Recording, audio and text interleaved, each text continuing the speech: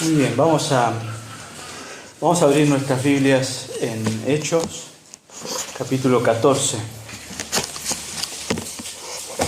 Vamos a leer el final de este capítulo, de los versículos 24 al 28, apenas 4 versículos. El sermón del día de hoy tiene como título El gozo de ser siervos del Señor, o el gozo de ser sus siervos.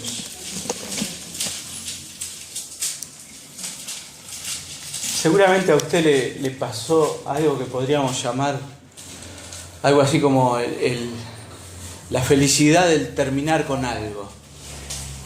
Cuando uno empieza algo y le pone mucho esfuerzo, mucha cosa, y cuando termina y lo ve.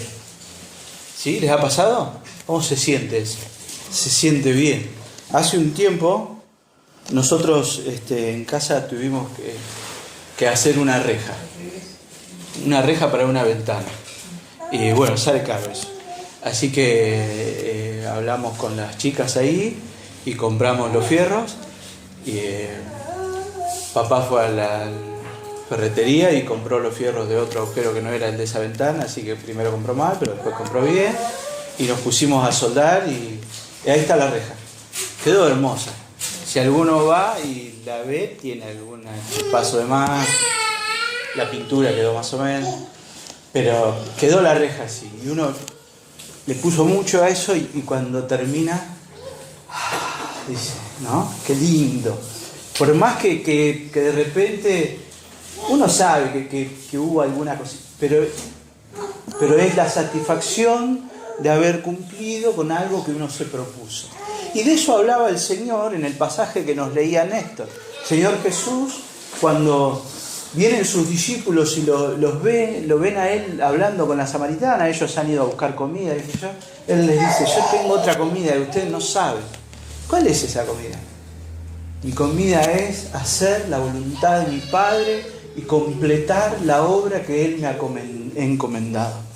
En el pasaje de hoy nosotros vamos a ver a dos personas que están completando algo que se propusieron hacer y qué es lo que experimentan ellos al poder completar eso. Vamos entonces a la palabra del Señor. Hechos capítulo 14, versículos 24 al 28. Y dice la palabra de Dios. Contexto de esto, ¿de dónde viene, no? ¿Se acuerdan? Ellos habían llegado predicando hasta una ciudad que se llamaba Listra y ahora vuelven, emprenden camino nuevamente. Dice, pasando luego por Pisidia, vinieron a Panfilia y habiendo predicado la palabra en Perge, descendieron a Atalia. De allí navegaron a Antioquía, desde donde habían sido encomendados a la gracia de Dios para la obra que habían cumplido. Y habiendo llegado y reunido a la iglesia, refirieron cuán grandes cosas había hecho Dios con ellos y cómo había abierto la puerta de la fe a los gentiles. Y se quedaron allí mucho tiempo con los discípulos. En esta mañana me gustaría que nosotros nos llevemos dos ideas. La primera es que servir al Señor es nuestro llamado. Nosotros hemos sido llamados a servir al Señor. Y la segunda idea es que servir al Señor y responder a ese llamado es nuestro gozo. Nosotros nos gozamos en eso. Es una bendición, es un privilegio servir al Señor. Es nuestro llamado. Ahora, cualquier llamado que uno responde no siempre es placentero. ¿Sí? Cuando te llaman a hacer algo que no te gusta. Pero en el caso del Señor, que el Señor nos llame a servirle, es también nuestra más profunda razón para el gozo. Así que en primer lugar, servir al Señor es nuestro llamado. Vamos a analizar un poquito los versos 24, 25 y 26. ¿Qué encontramos acá? En la primera parte del pasaje de hoy, lo que nosotros vemos es el camino que toman Pablo y Bernabé hasta, desde donde estaban, hasta Antioquía. Aclaración nuevamente. Ellos estuvieron en Antioquía de Pisidia y vuelven a Antioquía de Siria, que son dos ciudades distintas, aunque se llaman igual, como General Alvear en la provincia de Buenos Aires y General Alvear en la provincia de Mendoza. ¿Conocen ese caso? Justo el otro día estábamos hablando de eso, porque pasamos por General Alvear. Se llaman igual, son distintas. ¿De dónde salieron Pablo y Bernabé? De Antioquía de Siria. Y en su recorrido, predicando el Evangelio, pasaron por la isla de Chipre, fueron a la zona de Galacia y llegaron hasta Antioquía de Pisidia. Bueno, el último lugar al que llegaron fue un lugar en el que ellos los apedrearon. Ha pasado en este tiempo, desde que ellos salieron de Antioquía, enviados por la iglesia, según algunos comentaristas pasó un año, según otros pasó casi 2. Lo importante es que pasó un tiempo considerable. Para mí pasaron por lo menos 2 años. En lo que yo he leído, lo que más me convence es que han pasado, más de un año pasó. No importa si es un año. Lo importante es que ellos han estado bastante tiempo fuera de su casa.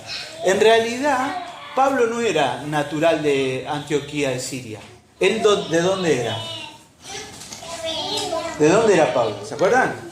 De Tarso, que está ahí bastante cerca. Pero después de que él se convierte, y que hay bastante lío, porque él se convierte en como que antes nos decía que había que matar a los cristianos, ahora está anunciando ese mensaje, y en una ciudad lo tratan de matar, y qué sé yo, él se va a Antioquía de Siria, y Antioquía de Siria se vuelve la iglesia de Pablo.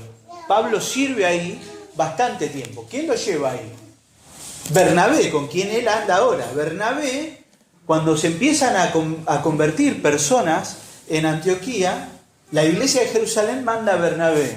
Y Bernabé dice, esto es una bendición, acá el Señor está levantando una iglesia de gentiles, necesitamos que alguien más venga, y de repente lo va a buscar a Tarso, a Pablo, y lo trae de vuelta ahí a Antioquía. Pablo está un tiempo ahí enseñando, y después el Señor lo llama.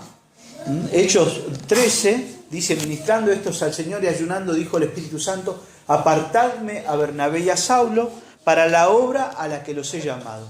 Y entonces, habiendo ayunado y orado, les impusieron las manos y los despidieron. ¿Se acuerdan de eso? Pablo y Bernabé salieron de Antioquía de Siria con una misión.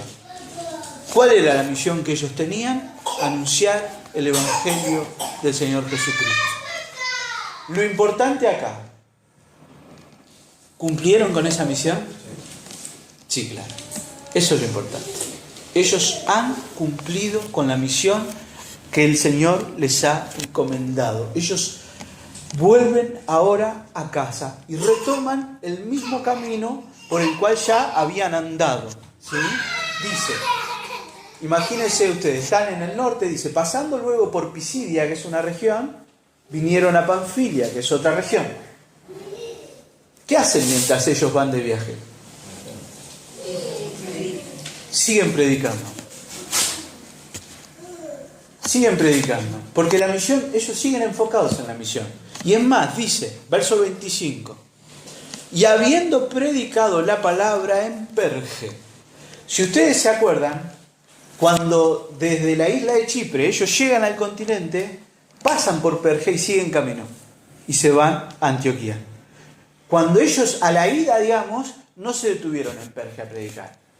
Y entonces, aunque están volviendo a casa, el objetivo de ellos es volver a la iglesia que los mandó. ¿Pero qué hacen ellos mientras tanto? Predican, siguen predicando. Habiendo predicado la palabra en Perge, descendieron a Atalia. Y Atalia es el puerto desde el cual van a tomar el barco que los lleve de vuelta a Antioquía de Siria, que es la iglesia que los había encomendado. Dice el verso 26, que de allí, es decir, de Atalia, navegaron a Antioquía. ¿Se entendió el recorrido que ellos hacen? Después les mando un mapa, porque ayer yo estuve... Tiene un mapita lindo con las flechitas, se los voy a mandar. Ellos salieron de Antioquía, navegaron hasta la isla de Chipre, recorrieron la isla de Chipre, fueron al continente, fueron moviéndose hacia el este hasta llegar a Listra, y ahí retoman el viaje por el mismo lugar por el que fueron. Lo importante, ¿qué hacen en el viaje? Predican la palabra del Señor. ¿Qué quiero que nosotros veamos acá? ¿Cuál es el llamado que tienen Pablo y Bernabé? Anunciar a Cristo. Y ellos lo hacen. Ellos cumplen con la misión con la que fueron encomendados. 3 detalles que encuentro yo en estos versos, del 24 al 26.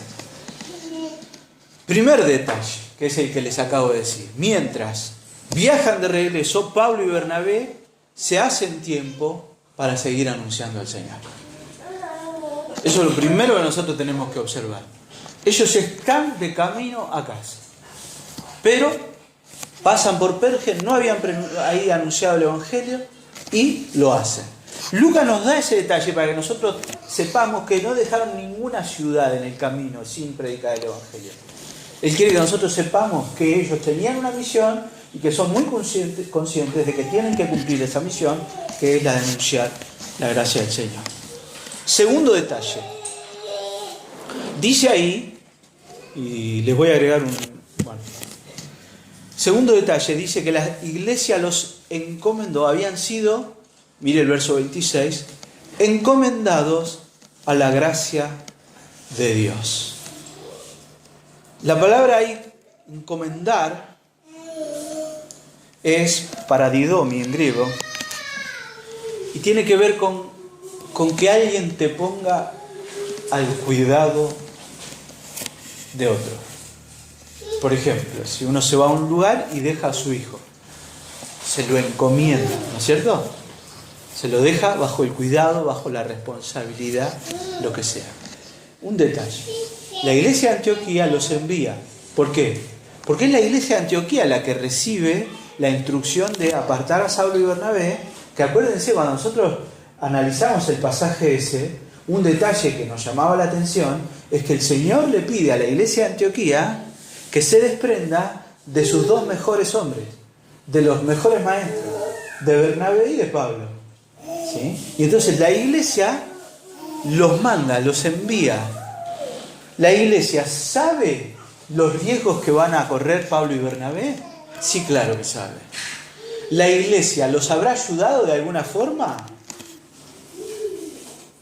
Sí, seguro. ¿Cómo? 2 formas básicas.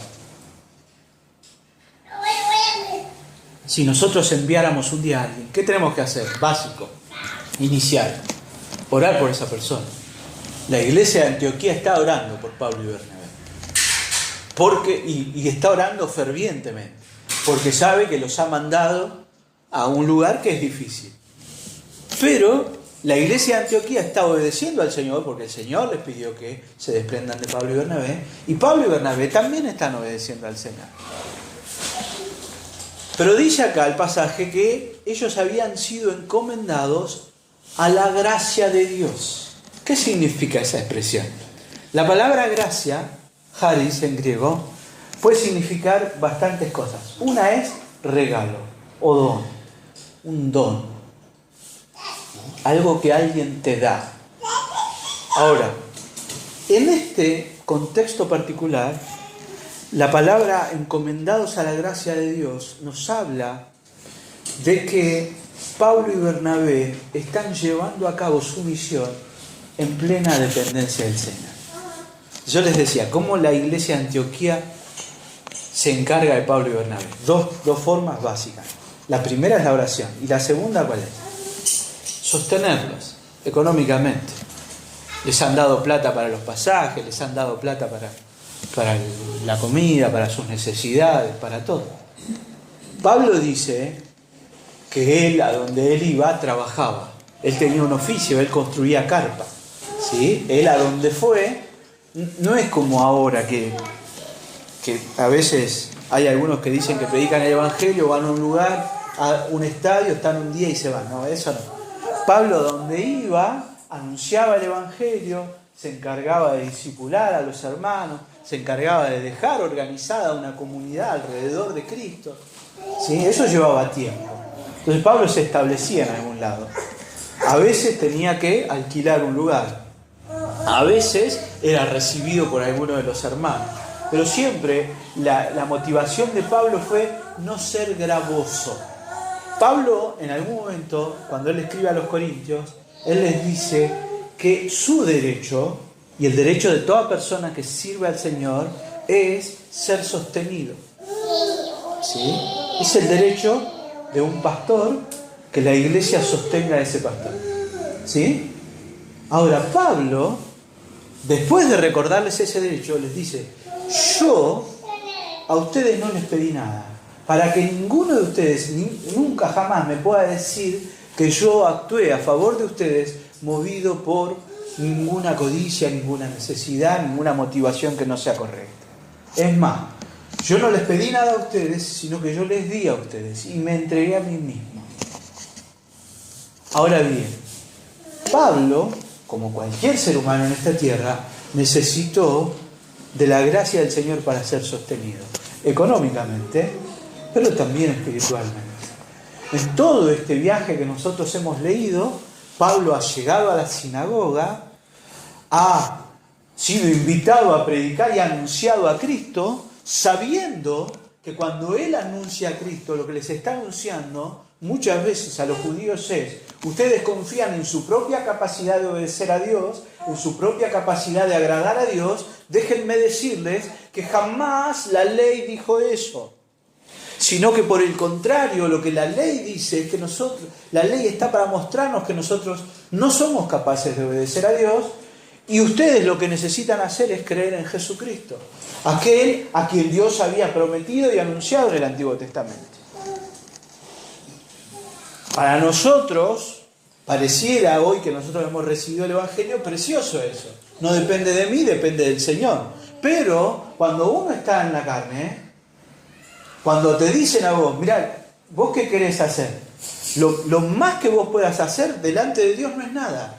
Es más, es desagradable. Cuanto vos más te esforzás en tus propias fuerzas para agradar a Dios, peor es. Más te autojustificás, más lejos estás de conocer al Dios de gracia. Tenés que reconocer que no podés y tenés que aceptar a Cristo.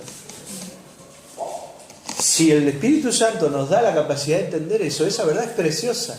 Pero para el hombre natural, esa verdad es chocante. Porque le significa desprenderse de su orgullo. A nosotros también nos implica deshacernos de nuestro orgullo y de nuestra inclinación hacia la autojusticia. Y sin embargo es el Espíritu Santo el que nos asiste para que nosotros nos humillemos delante de la gracia del Señor. Porque sabemos eso.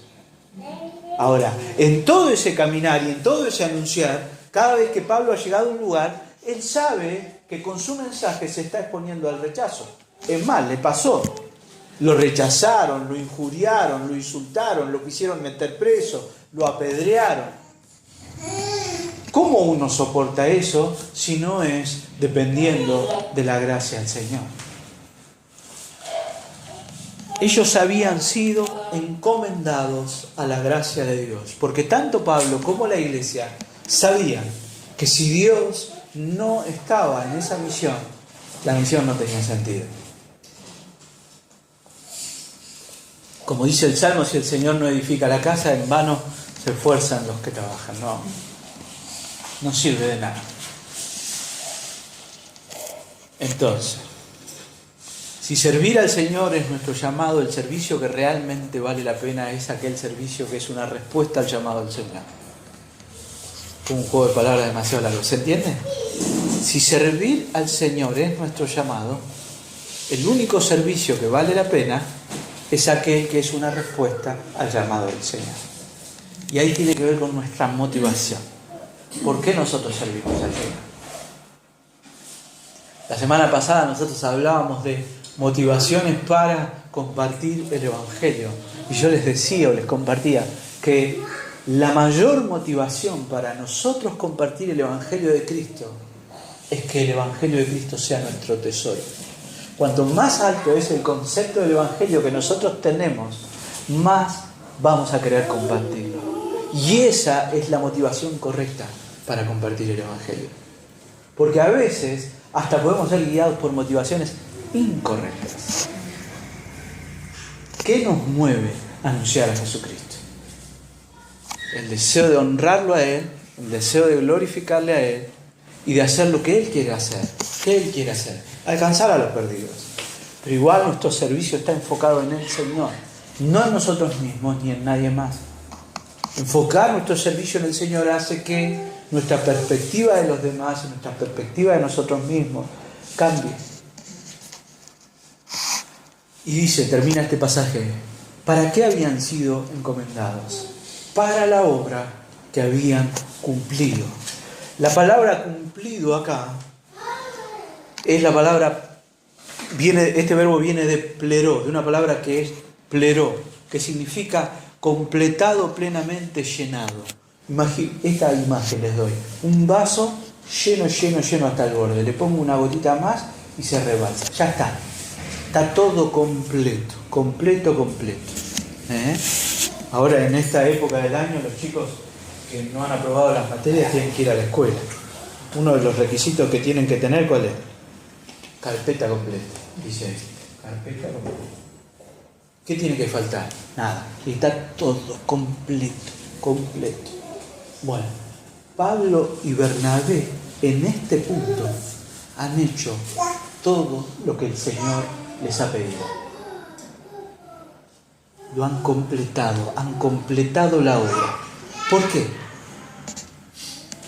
Por la gracia del Señor. Ellos han hecho todo esto en dependencia de la gracia del Señor. Pablo alguna vez va a decir, yo todo lo que hice, me glorío en todo lo que hice, pero no fui yo, fue la gracia de Dios obrando en mí. ¿Sí? Siempre el Señor nos pide que lo entreguemos todo, porque Él nos da la capacidad de hacerlo todo.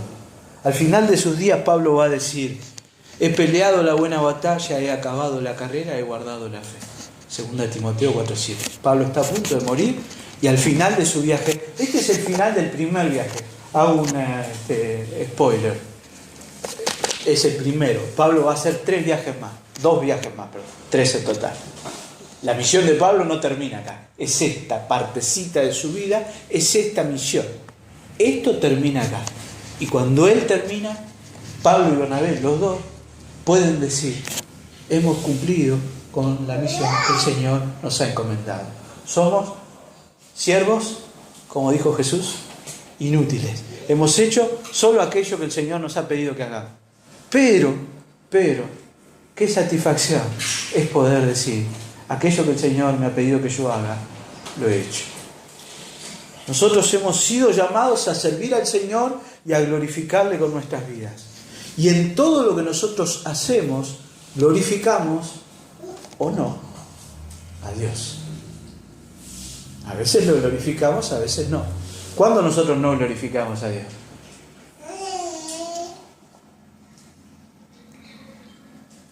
Cuando buscamos nuestra propia gloria.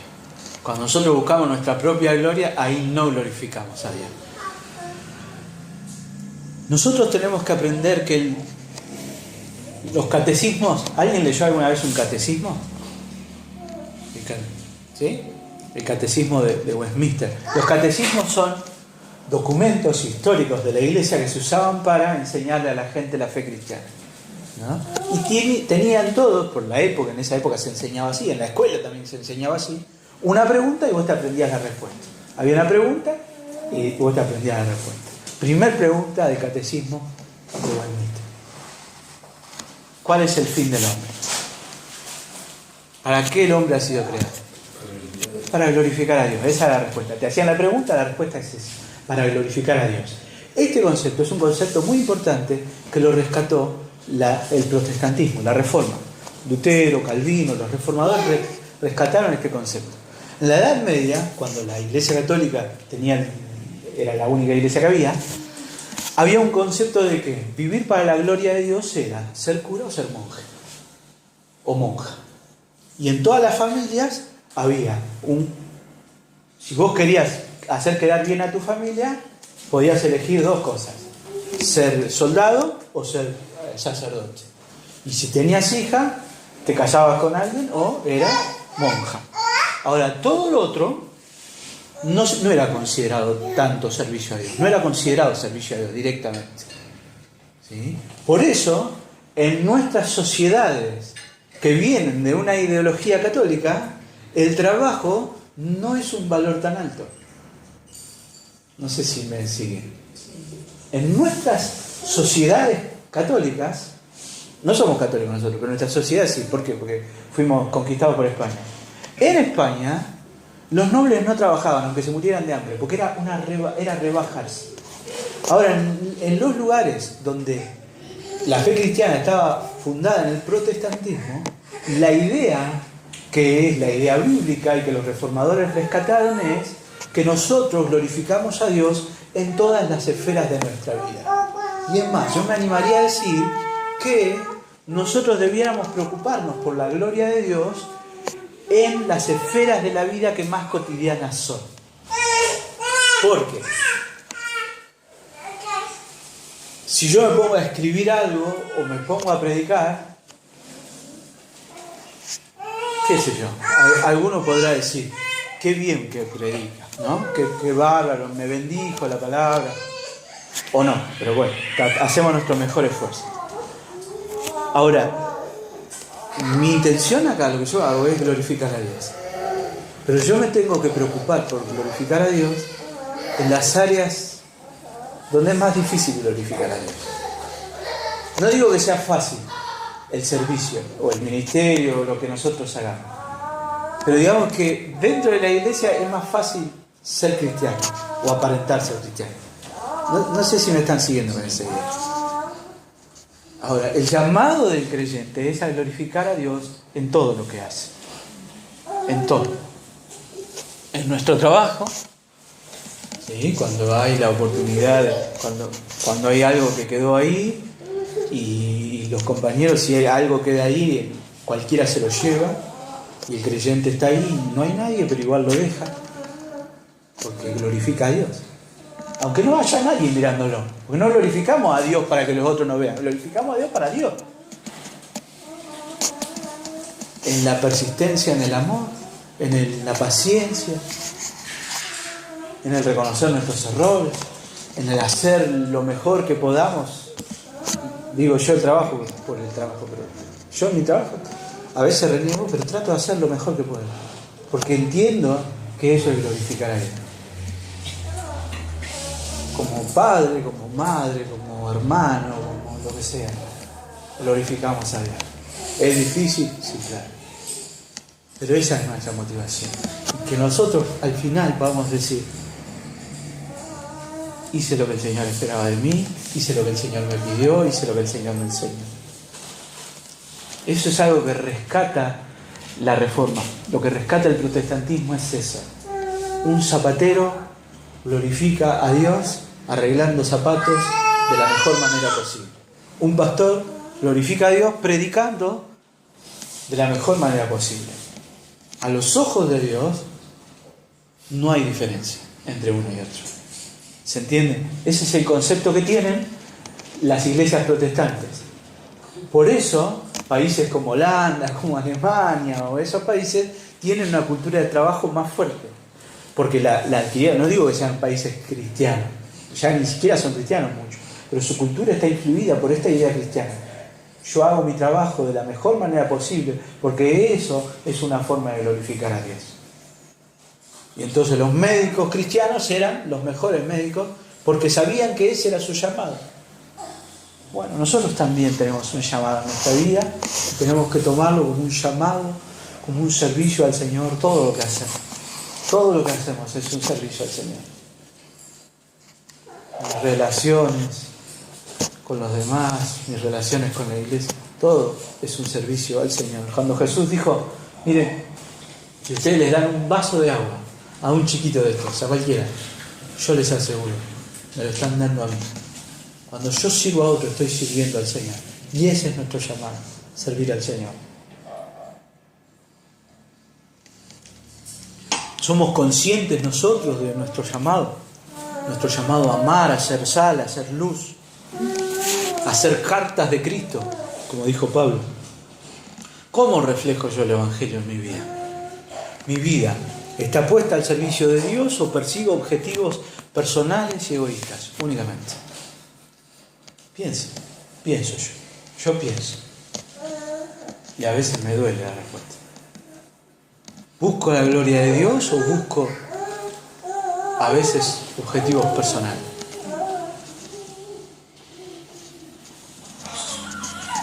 Un detalle importante que no podemos olvidar. Al igual que Pablo y Bernabé, nosotros podemos servir a Dios de una manera que le honre y le glorifique solo si estamos en dependencia de Él. Dios es honrado, lo anoté así, no cuando yo hago cosas, sino cuando lo que hago está enfocado en Él y en su gloria.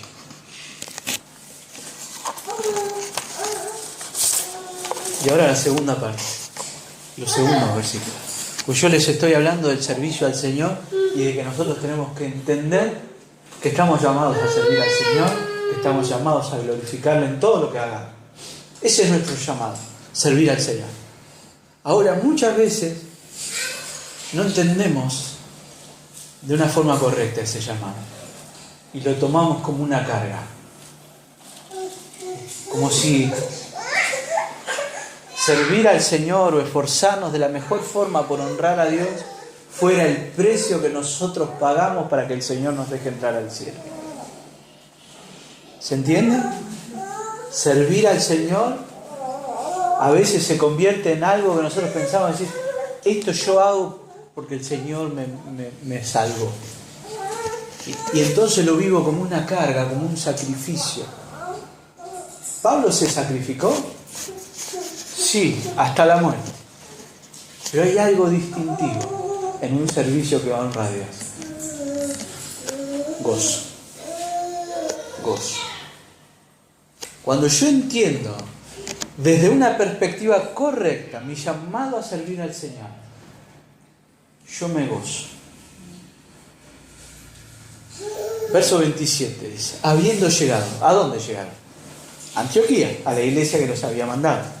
Y reunido a la iglesia se reúne. ¿Sí? Imaginen ustedes, después de un año y pico, 2 años, llegan Pablo y Bernabé y entonces se empieza a correr la bolilla.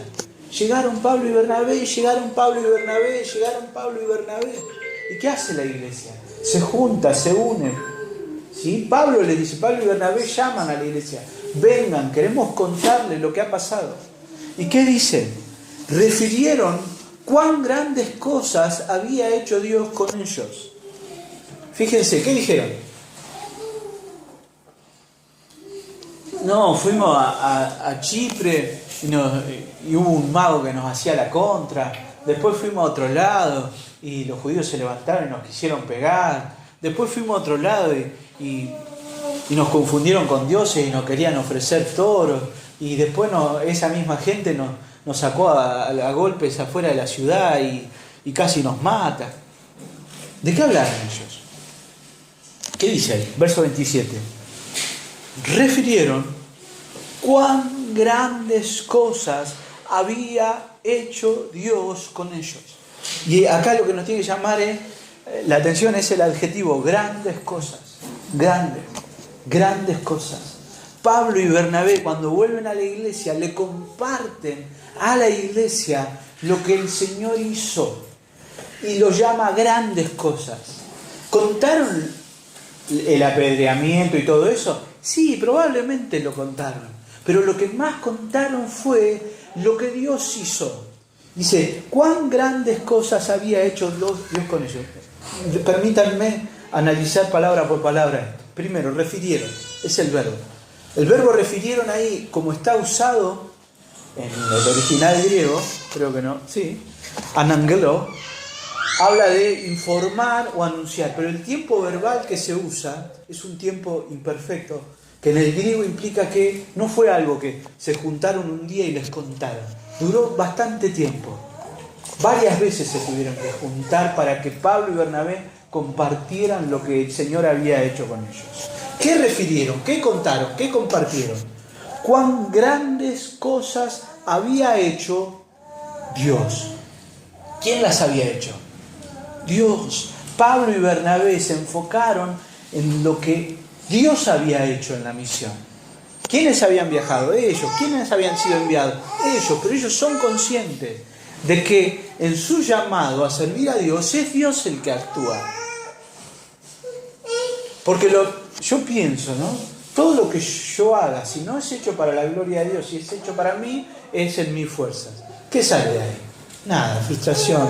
Ahora, cuando yo hago las cosas para la gloria de Dios y estoy siguiendo la misión que Dios me ha dado, no soy yo el que está actuando, es Dios. ¿Se entiende?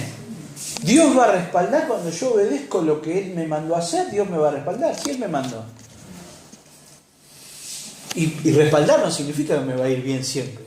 Los apedrearon, pero lo hicieron.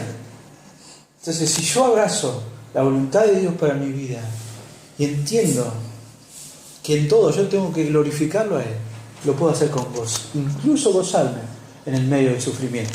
Porque el gozo no es la risa. El gozo es poder experimentar la comunión con Dios, la paz con Dios y la serenidad de saberme en sus manos, incluso en medio de la tormenta. Aunque yo no pueda decir, el barco no se va a hundir. Si no se hunde, gloria a Dios. Y si se hunde, gloria a Dios también. Yo confío en Dios. Ahora, confiar en Dios no significa que Dios siempre va a cumplir con eso que yo quiero que Él haga. Confiar en Dios es saber que lo que Dios hace está bien, que lo que Dios hace es perfecto. Yo confío en eso. Yo confío en eso. Y termina esa expresión diciendo, de cuán grandes cosas había hecho Dios con ellos. Con ellos. No tenemos que dejar de lado que ellos son parte de esa misión. Y este es nuestro privilegio, hermanos, ser parte de la misión que Dios nos ha dado. Permítanme hacer como una especie de paréntesis. Cuando dice acá Lucas cuán grandes cosas había hecho Dios con ellos, y después habla de cómo había abierto la puerta de la fe a los gentiles. ¿De qué está hablando?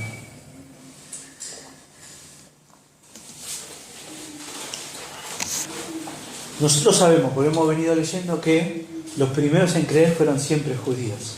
Y que los judíos, ignorando lo que la palabra de Dios decía, pensaban que era para ellos nada más. Que el conocer a Dios era solo para ellos. Y ahora de repente Dios empieza a alcanzar a personas que no son judías.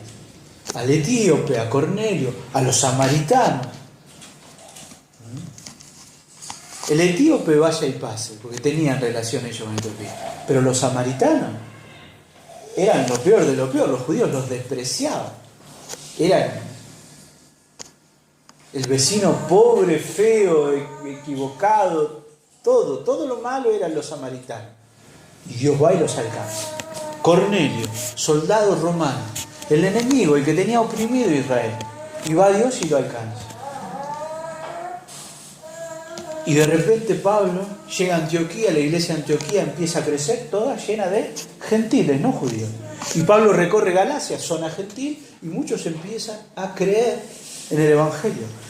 Dios hizo grandes cosas, y esa gran cosa que hizo fue abrir la puerta de la fe a los gentiles. ¿Cuál era el centro del mensaje de Pablo? Hay una imagen que es del Nuevo Testamento y a mí siempre me gusta recordarla. La del velo roto. ¿Se acuerdan de esa escena? Cuando el Señor muere, dice que en el momento de su muerte, el velo del templo se rasgó. ¿Se acuerdan de eso? Ese velo era una tela grande. Detrás de ese velo podía pasar una persona una vez al año. Nada más. Porque detrás de ese velo estaba el arca del pacto donde descendía la presencia de Dios. Cuando el velo se rasga, eso es un símbolo de que la entrada al trono de la gracia de Dios ha sido abierto. ¿Para quién? Para todos los hombres. ¿Quién es el que rasgó el velo? Cristo. Con su muerte, la puerta que estaba cerrada se abre. Y ese es el núcleo del mensaje de Pablo. Por Cristo, todo hombre puede hoy acercarse a Dios y tener comunión con Dios. Judíos necesitan a Cristo. Gentiles necesitan a Cristo. Delante de la presencia de Dios, todos estamos igualados porque todos somos pecadores. Ahora, la cruz de Cristo es para todos los hombres. Para todos los hombres. A los judíos esto les chocaba.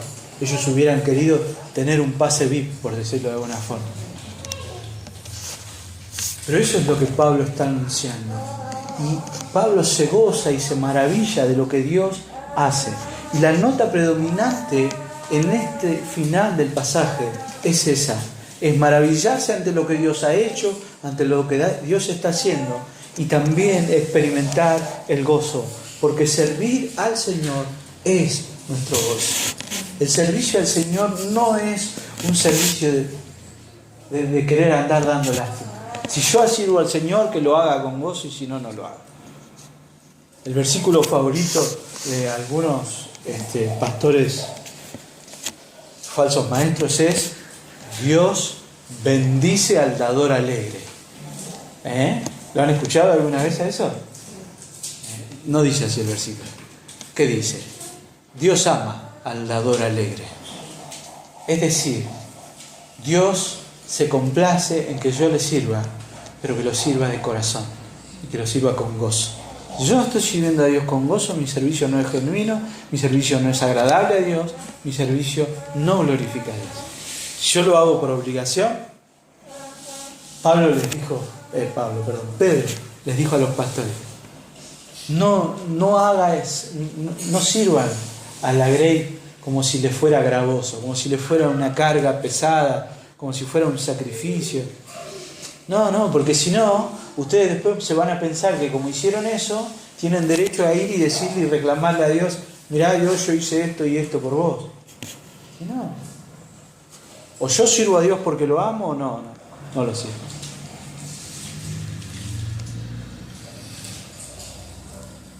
Pablo y Bernabé, en el versículo 28, estoy terminando, dice: y se quedaron allí mucho tiempo con los discípulos. Mucho tiempo es por lo menos un año más. Al poco tiempo, Pablo y Bernabé van a emprender cada uno otro viaje misionero, el segundo. ¿Sí? Pero mientras tanto se quedan. ¿A qué? A descansar. Y en realidad no, descansar de los viajes. ¿Pero qué hacían Pablo y Bernabé en la iglesia? Seguían predicando. Pablo y Bernabé eran maestros en la iglesia de Antioquía. Y ellos siguen enseñando. Porque la misión no se termina. Hasta que el Señor nos llame, nosotros le servimos. Hasta que el Señor nos llame. No hay jubilación en el reino de Dios. Nosotros glorificamos a Dios y servimos a Dios hasta con el último suspiro.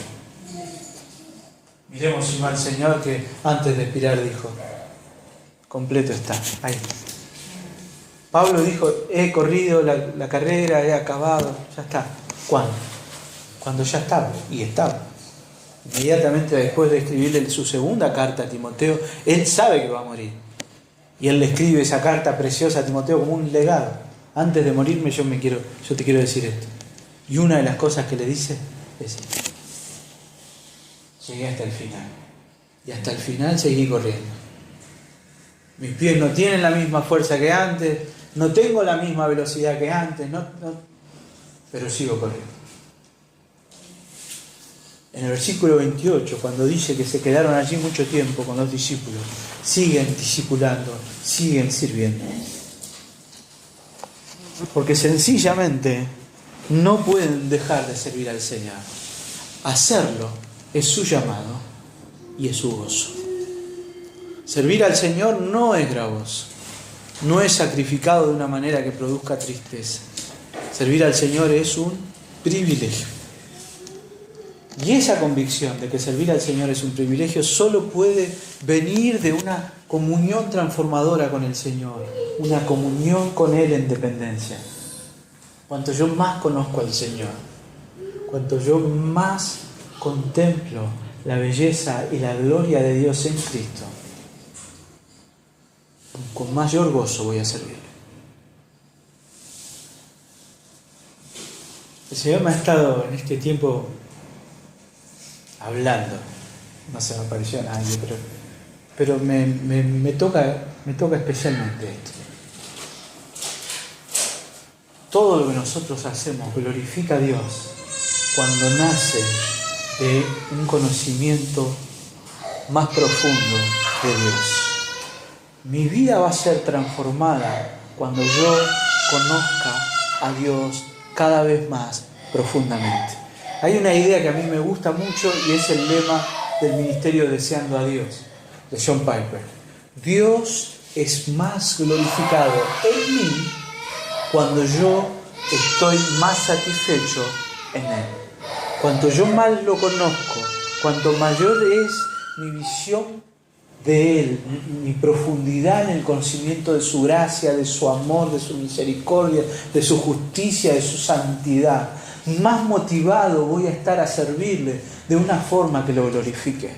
Cuando mi servicio a Dios nace como un llamado que en realidad es una respuesta a su amor, ese servicio le va a glorificar. Y no solo le va a glorificar, va a producir gozo en mí, porque voy a entender el privilegio que es servir a un Dios que no escatimó ni siquiera a su propio Hijo por amor a mí. Somos siervos del Señor, siervos inútiles, es cierto, porque a veces ni siquiera hacemos lo que tenemos que hacer. Pero si a Él le place glorificar su nombre en nuestras vidas, no hay un gozo mayor que esto. Consideremos, hermanos, el llamado del Señor como un llamado al servicio, pero también considerémoslo como un motivo profundo de gozo y una expresión de gratitud. Y entonces vamos a servir al Señor con todo nuestro corazón. Jesús dijo, les recordó el primer mandamiento: amarás al Señor con todo tu corazón, con toda tu alma, con toda tu mente, con todas tus fuerzas, con todo lo que somos. Pablo y Bernabé son un ejemplo de eso. Ellos abrazaron la misión de Dios, la entendieron como un llamado para sus vidas y no solo cumplieron con la tarea que Dios les había encomendado, sino que lo hicieron con gozo y en dependencia. Permítanme agregar eso. Pablo y Bernabé van a predicar enviados y sostenidos por la iglesia de Antioquía. Cuando terminan esa misión, vuelven a la iglesia de Antioquía. Porque eso es una expresión de su dependencia del Señor. No están actuando por su cuenta, por ellos mismos, sino que están dependiendo del Señor. Necesitamos nosotros recordar siempre esto para realmente servir al Señor. Servir al Señor no estoy diciendo un ministerio. En lo que sea, en todo lo que hago sirvo al Señor. Mi vida es una vida de servicio al Señor. Ahora, entendámoslo como un llamado, entendámoslo como un llamado lleno de gozo, que produce gozo. Es un privilegio servir al Señor. Es un privilegio. Amén. Oremos, hermano. Señor, te damos gracias por tu palabra. Y te rogamos, oh Dios, que nos ayudes a vivir nuestras vidas para tu gloria, enfocar nuestras vidas en servirte de una manera que te honre, que te glorifique. Y permítenos, Señor, experimentar el gozo de ser tus hijos y de ser tus siervos. Porque si no fuéramos, Señor, tus siervos, seríamos esclavos de la oscuridad, del pecado. Pero vos nos llamaste un día, nos rescataste, nos hiciste tuyos. y nos has hecho parte de este pueblo de reyes y sacerdotes llamados a anunciar tus virtudes, Señor. Tus virtudes anunciamos, Señor. Tu justicia, tu santidad, tu ira, tu amor, tu misericordia, tu sacrificio en la cruz del Calvario por nosotros. Eso anunciamos, Señor, y ahí está nuestro gozo siempre. Gracias. Amén.